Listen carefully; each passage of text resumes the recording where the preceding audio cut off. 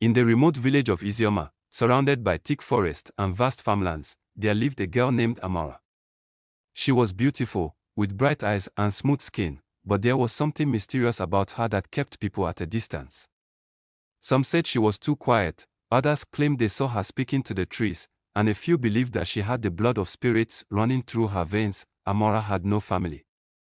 Her parents had died when she was young, and she had been raised by the village elders. As she grew older, she became more reclusive, spending her days deep in the forest, away from the bustling life of the village. One day, rumors began to spread that Amara was pregnant. Her belly had started to swell, but no one had seen her with any man. The women in the village whispered about it, casting suspicious glances in her direction whenever she came into the market. The men avoided her, and the children stared wide-eyed when she passed by. How can a girl be pregnant without a husband? Mama Nkechi, the village gossip, asked one morning as she ground her pepper at the market. Something is not right with that girl. I've always said she's different. Days turned into weeks, and Amara's belly grew larger, but something strange began to happen. Snakes started appearing around the village. At first, it was just one or two, harmless ones slithering near the farmlands. But soon, more and more snakes were seen near the homes, and they seemed to follow Amara wherever she went.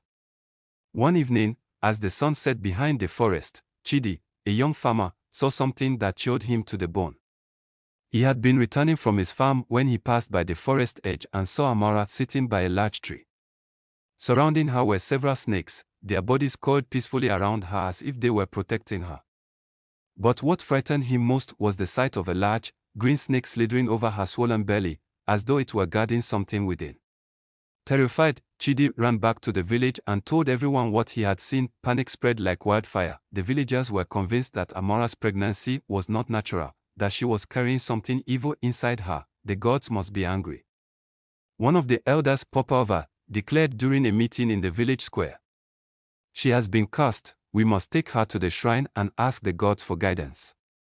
That night, a group of men, led by Popova, went to Amara's hut. They found her sitting quietly, her belly large and round, with a soft glow that seemed to pulse in the moonlight. The men were hesitant, afraid of what they might find, but they forced themselves forward. Amara, Popova said sternly, "You must come with us. We need to take you to the shrine." Amara looked up at him, her eyes filled with sadness. "I have done nothing wrong," she whispered. "What I carry is not a curse, but a gift." But the men did not listen. They dragged her to the shrine at the edge of the village, where the chief priest awaited them. The villagers gathered around, watching as the priest began his ritual, calling on the gods to reveal the truth. As the priest chanted, a low hissing sound filled the air. The villagers looked around in fear as dozens of snakes emerged from the forest, slithering towards the shrine. The ground seemed to tremble beneath their feet as the largest snake, a massive python with emerald scales, moved forward and coiled itself protectively around Amara. The villagers gasped, some falling to their knees in terror. The priest stopped his chanting, his eyes wide with shock. Amara stood tall, her hands gently resting on her belly. "This is my family," she said softly. "The spirits of the forest chose me. I carry their child."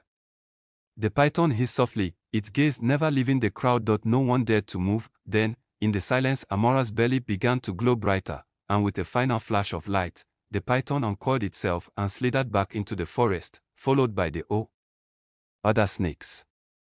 Amara turned to face the villagers, her eyes now glowing like the full moon. "I am not cursed," she said. "But this village is no longer my home." With that, she walked into the forest, disappearing into the shadows. The villagers stood frozen, too afraid to follow. From that night onward, Amara was never seen again, but the snakes remained, slithering through the village as a reminder of the girl who had once carried the spirit of the forest within her. And though no one dared to speak of it openly, they knew that Amara had become something more than human, something ancient and powerful, bound forever to the wild things of the earth.